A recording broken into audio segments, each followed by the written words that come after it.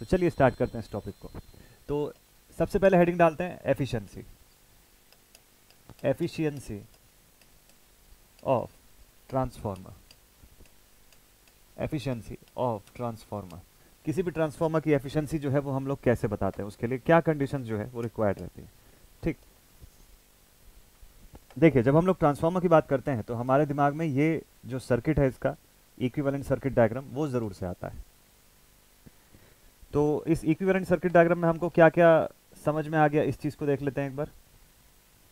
यहाँ पे हमारे पास वाइंडिंग रेजिस्टेंस और वाइंडिंग रिएक्टेंस को प्लेस करेंगे हम लोग। देन उसके बाद इसके मैग्नेटाइजिंग कंपोनेंट या मैग्नेटाइजिंग रिएक्टेंस और कोर लॉस रेजिस्टेंस जो है उसको हम लोग रिप्रेजेंट करेंगे इन दो सेक्शंस पर। इसी तरीके से सेकेंडरी साइड की जो वाइंडिंग है उसकी भी रेजिस्टेंस और रिएक्टेंस को हम लोग रिप्रेजेंट करेंगे along with the output side. ठीक, अब ये आउटपुट है, यहाँ पर हम लोग लोड का कनेक्शन जो है वो अप्लाई कर सकते हैं। यहाँ पे हमारा रेजिस्टेंस रहेगा सेकेंडरी साइड का, यहाँ पर रिएक्टेंस सेकेंडरी वाइंडिंग XL2, और सेम वे में यहाँ इस तरफ आप प्राइमरी वाइंडिंग रेजिस्टेंस और प्राइमरी वाइंडिंग रिएक्टेंस दोनों का एक्सप्रेशन इसमें शो करेंगे। ठीक है, this is core loss component of resistance, और ये हमारा XM जो कि मैग्नेटाइजिंग रिएक्टेंस या मैग्नेटाइजिंग कंपोनेंट रिएक्टेंस जो है इस फॉर्म में भी आप देख सकते हो। ये आपका LV साइड हो गया, यहाँ पर हो गया HV। ठीक है, और इस पोर्शन पे हम लोग सप्लाई प्रोवाइड करेंगे। ठीक, यहीं पर हम लोग सप्लाई देंगे इस पे। तो ये बेसिक सा कंस्ट्रक्शन हो गया ट्रांसफार्मर का। यहाँ से हम लोगों ने करंट जो है उसका एक्सप्रेशन भी देखा था कि I0 no load primary open circuit current जो है वो हम लोग बता रहे थे। ठीक है, ओपन सर्किट या शॉर्ट सर्किट जो भी कंडीशन है उसके हिसाब से आप करंट का एक्सप्रेशन यहाँ पे बताएंगे। यहाँ पे हम लोग IC और यहाँ पर Imu का कंपोनेंट देख रहे थे। इधर EMF E1 था, इस तरफ EMF E2 मिल रहा था हमको for N1 and N2 number of conductor turns between these two windings. ठीक है, तो ये बेसिक सा हमारे पास एक इक्विवेलेंट सर्किट जो है वो हर कंडीशन पे हम लोगों ने कैलकुलेट किया हुआ है। ठीक, अब इसके ऊपर बेस्ड एफिशिएंसी कैसे बताएंगे। देखिए एफिशिएंसी किसी भी चीज़ की कैसे बताते हैं, output power upon input power, यही बेसिक तरीका होता है।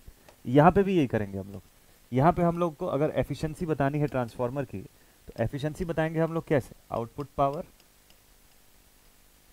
Divided by input power, standard तरीका।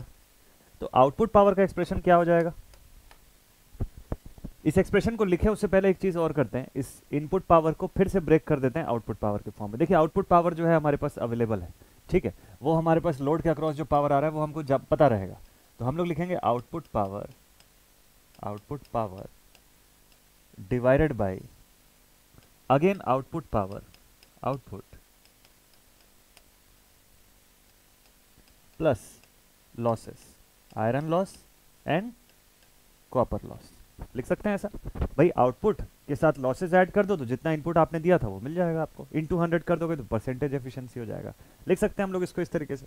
तो एक्सप्रेशन जो है इसका कैसा बनेगा, देखिए जब आप यहाँ पे फिर से एफिशिएंसी का एक्सप्रेशन लिखेंगे, आउटपुट पावर आप लिखेंगे V2 I2 into cos phi 2। ठीक, this value is divided by again V2 I2 cos phi 2 plus WI iron losses plus WCU copper losses. ठीक है, अब इसको लिखने का एक और तरीका है, इसको लिखने का ही, इसी को लिखने का एक और एक्सप्रेशन बनता है। कैसे एक्सप्रेशन बनता है, देखिए WCU जो है ये किसके ऊपर डिपेंड करेगा, ये जो WCU जो मैं लिख रहा हूं यहाँ पे copper loss, power loss due to copper या वाइंडिंग के हिसाब से, तो इसको हम लोग कैसे लिख सकते हैं, I²R के हिसाब से लिखते हैं। अब ये जो I हम लोग यहाँ मेंशन करेंगे कौन सी करंट होगी, I1 की I2, इसको आप क्योंकि आप सेकेंडरी साइड के हिसाब से आप आउटपुट पावर के हिसाब से बता रहे हो तो definitely it has to be I2 current. अच्छा, और ये R कौन सा होगा, it should be R2E, secondary refer to this. अच्छा, तो इक्विवेलेंट के फॉर्म में इसको रेफर करके आप प्राइमरी के हिसाब से बता रहे हैं तो उसके हिसाब से R2E के एक्सप्रेशन से आप इसको लिखेंगे। ये केस मैंने आपको SCOC टेस्ट के समय भी बताया था। ठीक है, तो उससे जरूर से आप रिलेट कर लीजिएगा। आपने SCOC दोनों टेस्ट किया हुआ तो इसमें इसको समझने में ज़्यादा टाइम नहीं लगेगा आपको। इस एक्सप्रेशन को दोबारा से अगर मैं फिर से लिखूं तो ये हो जाएगा again V2 I2 into cos phi 2 divided by V2 I2 cos phi 2 plus WI plus I2 का स्क्वायर इंटू R2E। ये हम लोगों ने कॉपर लॉस के लिए ये वाला एक्सप्रेशन लिख दिया and this WI is for the iron loss component. ठीक है, बट कंडीशन ये है कि ये जो मैंने एफिशिएंसी का फॉर्मूला निकाला है ये तो फुल लोड के लिए हो गया। ये एफिशिएंसी का एक्सप्रेशन जो है ये तो फुल लोड के लिए ना। देखिए इसमें ये जो कंपोनेंट भी मैंने लिखा है सब फुल लोड के components.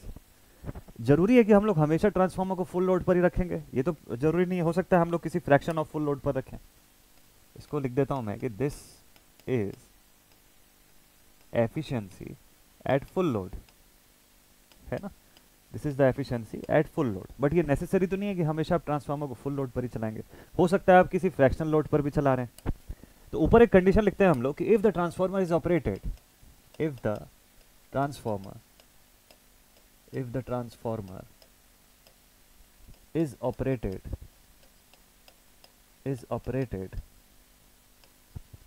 at any fractional load,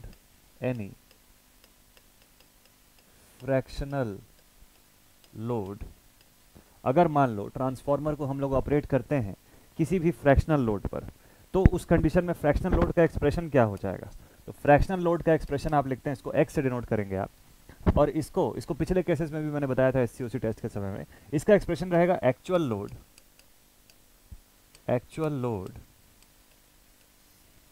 divided by, इसका एक्सप्रेशन क्या रहेगा? Actual load divided by your full load condition. ठीक है कि फुल लोड से आप इसको कंपेयर करोगे तो this is upon full load. तो एक्चुअल लोड आपके पास क्या है? एक्चुअल लोड सपोज कर लीजिए यहाँ पे है I2 के फॉर्म में आप इसकी करंट इसको शो कर रहे हो, और फुल लोड हो जाएगा आपका I2 एट फुल लोड। ठीक है, इस हिसाब से शो कर सकते हो। तो यहाँ से आप एक चीज और लिखोगे, from here we can say that I2 is equal to x times of, x वही फ्रैक्शन को डिनोट करेगा, of I2 at full load. Full load का कितना फ्रैक्शन जो है वो x बता रहा है आपको यहाँ से। ये वाला फॉर्मूला बहुत इंपॉर्टेंट है। ऐसे ही x का एक और फॉर्मूला बताऊंगा मैं आपको लॉसेस के टर्म्स में। ठीक है, अभी फिलहाल के लिए this is one of the most important formula कि इसका कैलकुलेशन जो है आप किस तरीके से बताएंगे। ठीक, तो अब I2 की जगह पे जब आप फुल लोड की बात करोगे तो आप लिखोगे x times of I2 at full.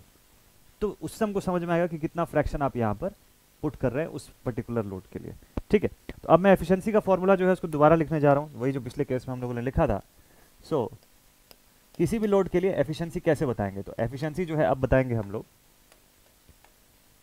अब जब मैं ऊपर लिखूंगा V2 I2 cos phi, तो I2 ना लिख के मैं x times of I2 full load लिखूंगा। ठीक है, तो x को बाहर निकाल लेते हैं, यहाँ पर फिर लिखते हैं हम लोग V2 I2 cos phi 2। ध्यान रखिएगा this is I2 at full load, ये चीज चेंज हो गई है अब। ठीक है, अपॉन अगेन आउटपुट पावर यानी कि फिर से आप x को ऐसे बाहर निकालेंगे, यहाँ आप लिखेंगे V2 now I2 at full load into cos phi 2 plus WI plus I2 के लिए देखिए क्या लिखेंगे यहाँ पे, I2 स्क्वायर R2 था, तो अब आप लिखेंगे x का square into I2 at full load का भी स्क्वायर इंटू R2E। ये एक्सप्रेशन जो है इसको लिखना बड़ा जरूरी रहेगा अब इस पॉइंट पर। ठीक है, ये एक्सप्रेशन आई बिलीव कि अब आपको समझ में आ गया होगा कि इसमें x जो है ये दोनों जगह पे, तीनों जगह पे कहाँ से आ रहा है, किस तरीके से हम लोग इसको इंक्लूड कर रहे हैं। ठीक है, चलिए ठीक है, तो यहाँ तक तो हम लोगों ने इसका फुल लोड वाला एक्सप्रेशन जो है वो लिख दिया। अब इसको सपोज कर लीजिए कि अगर हमको स्टैंडर्ड फॉर्म में, थ्योरेटिकल फॉर्म में बताना है किसी को। अच्छा, ये फॉर्मूला आपका इंटैक्ट रहेगा एफिशिएंसी कैलकुलेशन के लिए, इसमें इंटू 100 कर देंगे तो परसेंटेज एफिशिएंसी बन जाएगा।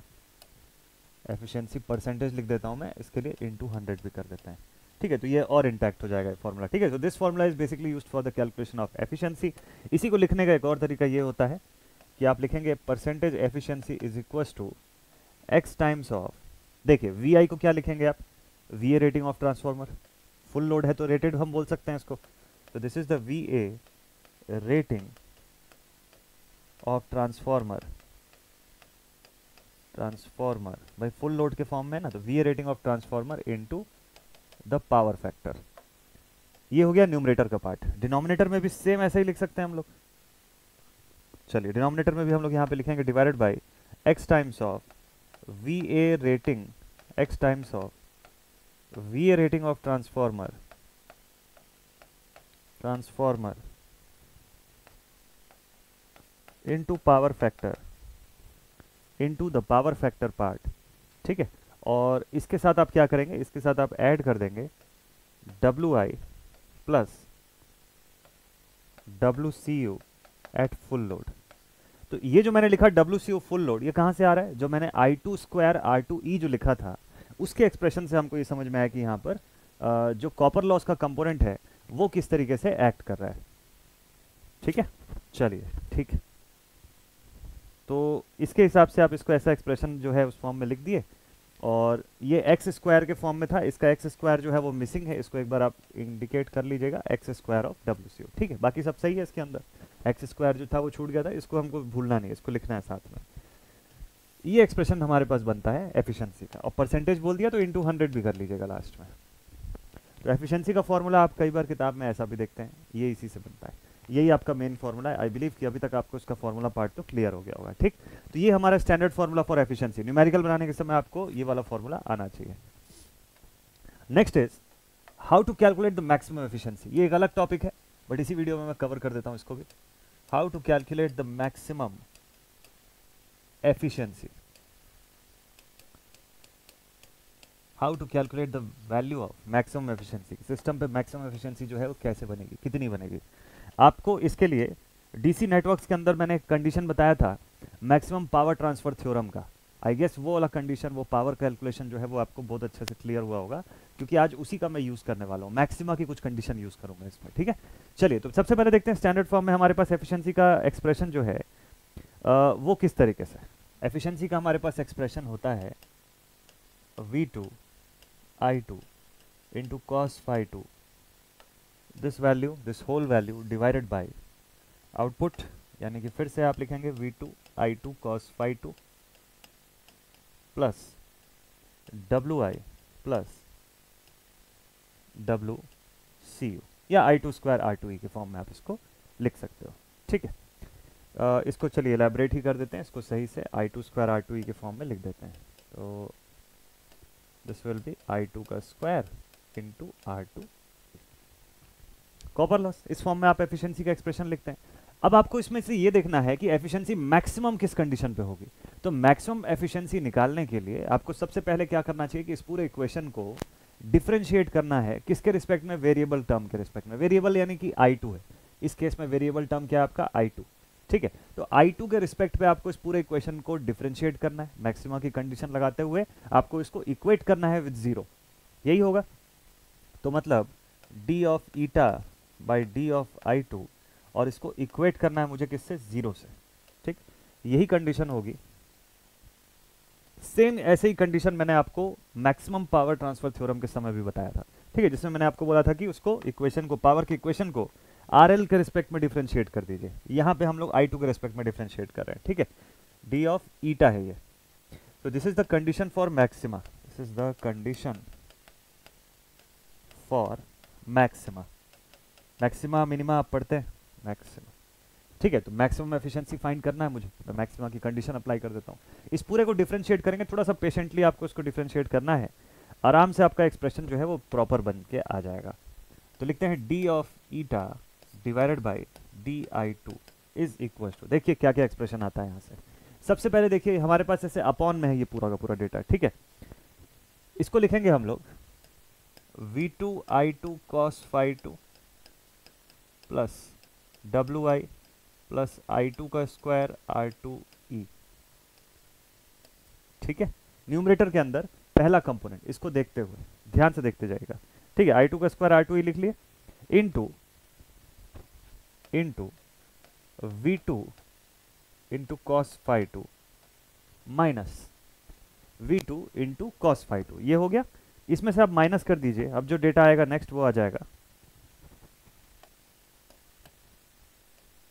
V2 I2 cos phi 2 now in bracket. अब ब्रैकेट में इस पोर्शन को एक बार फिर से देख लीजिएगा, तो इधर हो जाएगा 0 और उस तरफ कितना आ जाएगा? उस तरफ आ जाएगा आपके पास 2 टाइम्स ऑफ ये, तो ये हो जाएगा V2 cos phi 2 plus 0 plus, अब यहाँ पे देखिए I2 के रिस्पेक्ट में मैं डिफरेंशिएट कर रहा हूँ और मेरे पास है I2 का स्क्वायर इंटू R2E, है ना, I2 का स्क्वायर इंटू R2E है। तो V2 cos phi 2 मैंने लिख दिया, उधर 0 लिख दिया, और 2 टाइम्स ऑफ हो जाएगा यहाँ पर, this will become 2 times of I2 into R2E। थोड़ा बड़ा एक्सप्रेशन है, बट आराम से देख देख के आप एक एक स्टेप बाय स्टेप सॉल्व करेंगे ना तो आपसे बन जाएगा ये। ठीक है, चलिए ये तो हो गया न्यूमरेटर। अब डिनोमिनेटर में क्या लिखेंगे आप इसके लिए, this whole value divided by, ये पूरी वैल्यू आ गई आपके पास। अब इसको आप डिवाइड करेंगे किससे, आपके पास होगा v2 i2 cos phi 2 plus wi plus i2 का स्क्वायर r2e। यही सेम एक्सप्रेशन जो है इसको आप लिखेंगे यहाँ पर भी, इसमें कोई चेंज नहीं होगा। ठीक है, और ये पूरी वैल्यू का, क्योंकि आप डिफरेंशिएट कर रहे हैं अपॉन के फॉर्म में, तो ये स्क्वायर हो जाएगा। मैक्स पीटीटी थ्योरम इससे पहले अगर आपने बनाया होगा ना तो आपको बहुत हेल्प मिलेगा इसको सॉल्व करने में। और इस पूरे को आपको इक्वेट करना है विथ 0। तो अगर मुझे इसको 0 से इक्वेट करना है तो मैं सीधे इस कंपोनेंट को ले जाके वहाँ पे मल्टीप्लाई कर दूंगा 0 से। ये डिनोमिनेटर का पोर्शन खत्म हो गया। अब सिर्फ मुझे इस न्यूमरेटर को सिंप्लीफाई करना है। इस न्यूमरेटर को एक स्टेप और सिंप्लीफाई अगर मैं कर दूं, सेम चीज़ को दोबारा लिखने का मतलब नहीं है, यहीं से कितना चीज़ कट हो सकता है उसको हटा देता हूँ मैं v2 i2 cos phi 2 मुझे दोनों जगह पे कॉमन दिख रहा है। देखिए यहाँ पे भी v2 i2 cos phi 2 दिख रहा है, यहाँ पे भी v2 i2 cos phi 2 दिख ही रहा है। तो इसको मैं कॉमन जो है वो यहाँ पे निकाल सकता हूँ, या v2 cos phi 2 को बाहर निकाल देता हूँ। तो मैं यहाँ से लिखता हूँ v2 इंटू cos phi 2। ये वाला डेटा जो है इसको दोनों जगह से मैं कॉमन निकाल देता हूँ। ठीक है, अब अंदर एक्सप्रेशन क्या बचेगा मेरे पास वो देखिएगा। यहाँ से v2 i2 cos phi 2 का कंपोनेंट जो है ये पूरा का पूरा एज इट इज जितना दिख रहा है वैसे ही दिखेगा। ठीक है, ये दिखेगा अंदर, देखिए v2 i2 into cos phi 2 plus wi plus i2 का स्क्वायर r2e। ये एक्सप्रेशन इसके साथ दिख गया। दूसरी तरफ आप लिखेंगे माइनस साइन के साथ। ठीक है, उस डेटा को मैंने कॉमन निकाल लिया है, तो आपके पास v2 i2 cos phi 2 फिर से बचेगा। ठीक है, देख लीजिए इसको, ब्रैकेट के अंदर ये पूरा चीज़ है wi i2 स्क्वायर। अब माइनस करके आपको इसको लिखना पड़ेगा, ब्रैकेट खोलेंगे तो ये हो जाएगा minus v2 i2 cos phi 2 again minus 0 minus 2 times of i2 into r2e, 2 times of i2 into r2e। ठीक है, तो इस हिसाब से आप इसको लिखिएगा। ठीक है, i2 का स्क्वायर मैंने नहीं लिखा क्या, i2 का स्क्वायर के फॉर्म में हो जाएगा ना यहाँ से। ठीक है, डिफरेंशिएट हुआ तो यहाँ से स्क्वायर मैंने i2 का स्क्वायर के फॉर्म में इसको लिखना ज़रूरी है। ठीक है, चलिए ठीक है, तो i2 इंटू r2e वाले फॉर्म में इसको आप लिखेंगे 2 times of minus 2 times of i2 का स्क्वायर इंटू r2e, इस फॉर्म में आप लिखें। ठीक, अब इसमें से देखिए जितना कुछ कैंसिल आउट हो सकता है, इस पूरे को ऐसे स्क्वायर ब्रैकेट में कर देते हैं, और इस पूरे को हम लोगों ने इक्वेट किया किससे, 0 से। ये पूरा 0 से इक्वेटेड है। अब जो जो इससे कैंसिल आउट हो रहा है उसको हटा दीजिए। Plus v2 i2 cos phi 2 minus v2 i2 cos phi 2 ये हट गया। wi i2 का स्क्वायर इंटू r2e, और 2 टाइम्स ऑफ वहाँ पर हो गया i2 स्क्वायर इंटू r2e, तो इसको माइनस कर दीजिएगा। ये पोर्शन उधर जाके 0 हो गया। तो मेरे पास क्या क्या बचा है देखिए, इसमें इससे मेरे पास बचता है, एक तो यहाँ wi बचा, और ये माइनस होके मेरे पास बचा कितना, i2 का square into r2e, this is equal to 0। So I can say यहाँ से इस पॉइंट से कि यहाँ पर wi is equal to i2 का स्क्वायर इंटू r2e, उधर जाके प्लस हो गया। और इसको अगर आप ध्यान से देखेंगे तो ये क्या चीज़ है, i2 का square r2 is your copper loss. So this wi is equal to wcu। बहुत इंपॉर्टेंट कंडीशन है, एग्जाम में पूछता है इस कंडीशन से आपको डेटा। तो मैक्सिमम एफिशिएंसी की कंडीशन आपको यहाँ से मिल गई कि वो तभी अराइज होगा जब आयरन लॉस और कॉपर लॉस बराबर हो जाएंगे। थ्योरेटिकली लिख लीजिएगा इसको, this is the condition, this is the condition of maximum efficiency, of maximum efficiency. तो जब कोई पूछे कि मैक्सिमम एफिशिएंसी जो है वो किस केस में अराइज होगा, तो आप बोलेंगे कि जब आयरन लॉस और कॉपर लॉस इक्वल हो जाएंगे। ये कंक्लूजन तो आप कई बार सुने होंगे, आज इसका पूरा डिटेल में डेरिवेशन देख रहे हैं कि डिटेल डेरिवेशन इसका होता कैसे, कि इस कंक्लूजन तक हम लोग पहुंचते कैसे हैं। तो iron loss equal to copper loss जब होता है तब हम लोग उस कंडीशन पे देखते हैं कि एफिशिएंसी हमारी मैक्सिमम हो गई। ठीक, मैक्सिमम एफिशिएंसी के लिए लोड भी कितना होना चाहिए, हम तो फ्रैक्शंस की बात कर रहे थे कि फ्रैक्शन के फॉर्म में लोड का एक्सप्रेशन होता है, तो उस फ्रैक्शन के हिसाब से अगर आप देखें तो मैक्सिमम एफिशिएंसी के लिए लोड कितना होना चाहिए। चलिए एक छोटा सा पॉइंट और आपको बता देता हूं, load at maximum efficiency, maximum efficiency पे लोड का क्या होना चाहिए। ठीक है, ये भी अगर हो सके आपसे अगर पूछ ले तो इसका भी आंसर कर सकते हैं। देखिए लोड करंट जो है, the load current at eta max is given as, load current जो है ईटा मैक्स पर हम इसको कैसे एक्सप्रेस करते हैं, हम लोग लिखते हैं I2 का square into R2E is equal to WI, इस फॉर्म में ही लिखे थे ना हम लोग। तो मैंने आपको यहाँ पे I2 का स्क्वायर के फॉर्म में, मतलब I2 जो था उस हिसाब से आपको शो किया था। अब आप सोचिए कि फ्रैक्शनल लोडिंग अगर है आपके पास, अगर मैंने आपको पहले ही बताया था कि फ्रैक्शनल लोडिंग का केस भी होता है, और हम लोग बोल सकते हैं कि I2 जो है that is x times of I2 at full load, ऐसा लिख सकते हैं हम लोग। तो हमारे पास I2 की जगह पे इसको अगर फुल लोड के फॉर्म में एक्सप्रेशन इसका बनाएं तो वो पॉसिबल है, x टाइम्स x का square into I2 square eight full load, लिख सकते हैं ऐसा। ठीक, हमको फुल लोड कॉपर लॉस के फॉर्म में इसको रिप्रेजेंट करना है, तो मैं इसी डेटा को पुट कर देता हूं मैं इसकी जगह पे। आई विल से x का square into I2 at full load का square into R2E is equals to WI।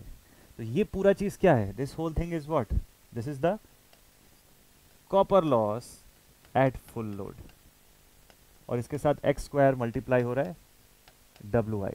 जब फुल लोड वाली कंडीशन आपको बतानी होगी ना, या फ्रैक्शनल कंडीशन आपको बतानी होगी कि कौन से फ्रैक्शनल कंडीशन पे होता है ना, ये मैक्सिमम एफिशिएंसी का कंडीशन जो है वो अगर इस हिसाब से आपको बताना है, इसी को थोड़ा और इलैबोरेट कर लीजिए। यू कैन से कि x is equals to WI upon WCU at full load, इस पूरे का रूट।